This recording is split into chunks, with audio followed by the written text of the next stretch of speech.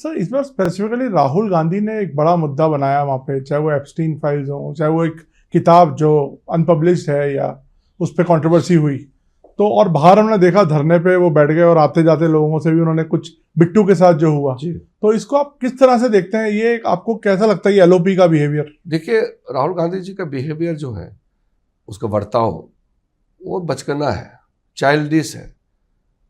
वैसे नहीं कर सकते, क्योंकि लीडर ऑफ ऑपोजिशन एक जिम्मेदारी के साथ अपना व्यवहार को प्रकट करना चाहिए, क्योंकि नेता प्रतिपक्ष होने के नाते आप संपूर्ण विपक्ष का एक आवाज़ भी है। तो अगर आप बाहर में जा कर के लोगों को ट्रेटर कहेंगे, गद्दार कहेंगे और लोगों का हाथ पकड़ करके वहाँ बिठाएंगे, फिर अंदर जा कर के रूल्स नहीं बोलेंगे, जो किताब पब्लिश ही नहीं हुआ, जो मार्केट में ही नहीं है, जिसका परमिशन नहीं है, उस पर जिद अड़ा हुआ है कि वहीं से पढ़ेंगे। जैसे छोटे बच्चे एक कुर्सी में चढ़ के यहीं बैठेंगे करके रोते रहना, या कोई मिठाई नहीं दिया तो दिन भर रोते रहना, ऐसे तो नहीं कर सकते ना। नेता प्रतिपक्ष है कि जो किताब पब्लिश नहीं है, यानी कि किताब मौजूदगी नहीं है, मार्केट में नहीं है, वहीं से जबरदस्ती पढ़ेंगे करके रोते रहेंगे, तो देश तो ऐसे नहीं चल सकता है।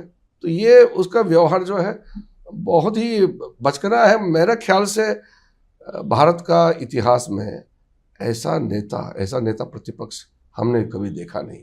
सर वो लेकिन कहते हैं कि तो नेशनल सिक्योरिटी का मामला है, इसमें इतनी सरकार इतना हट क्यों रही है, बच क्यों रही है?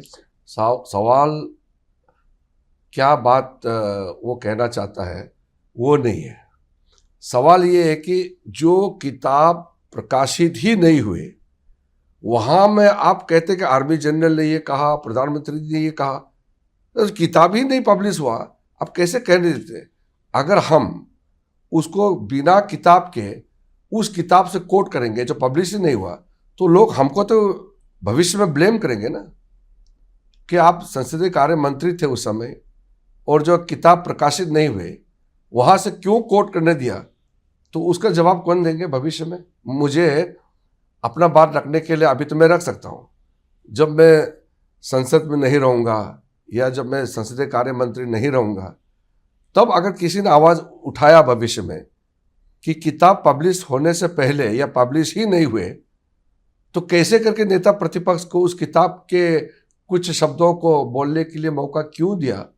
ये तो लोकसभा के जो rules of procedure and conduct of business का किताब है, उस किताब में रूल 353 में क्लियरली लिखा हुआ है। तो फिर भी अगर हम उसको ज़बरदस्ती बोलने देंगे, बच्चे की तरह रोते रहेंगे, ये तो ठीक बात नहीं ना। मैं ये कहना चाहता हूँ कि एक ज़माने में कांग्रेस में कद्दावर नेता हुआ करते थे, और जब हम लोग नए चुन के आए लोकसभा में, तब भी हमने कांग्रेस के कई कद्दावर नेताओं को देखा है, जो बात करने में भी और हर चीज़ काम करने में भी एक मैच्योरिटी था। लेकिन धीरे धीरे कांग्रेस, जैसे राहुल गांधी जी है उस टाइप का कांग्रेस पार्टी भी बन गया है। तो जैसे राहुल गांधी है वैसे कांग्रेस पार्टी बन गया, और उसके इर्द गिर्द जो घूमते हैं वो लोग भी वैसे ही हो गया, क्योंकि हम लोग कल्पना भी नहीं कर सकते कि कांग्रेस का ये अस्तर होगा एक दिन जा करके। वरना तो कोई पार्टी 3 बार किसी के नेतृत्व में चुनाव बुरी तरह हारने के बाद भी वही नेता बनते रहेंगे, ये तो कांग्रेस में हो सकते हैं। हमारा यहाँ तो आप सोच भी नहीं सकते हैं।